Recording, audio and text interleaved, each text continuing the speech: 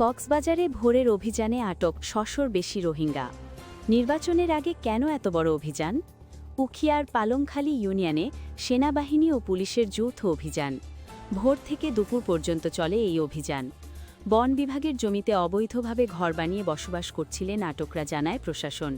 Police বলছে, আসন্ন জাতীয় নির্বাচনকে সামনে রেখে রোহিঙ্গাদের অপরাধে ব্যবহারের আশঙ্কায় এই অভিযান।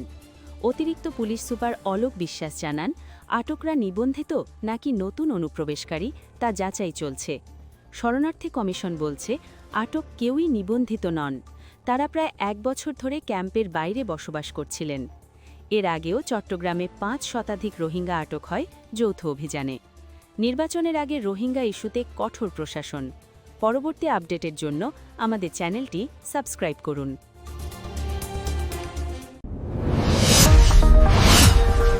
Subscribe now for daily news and updates.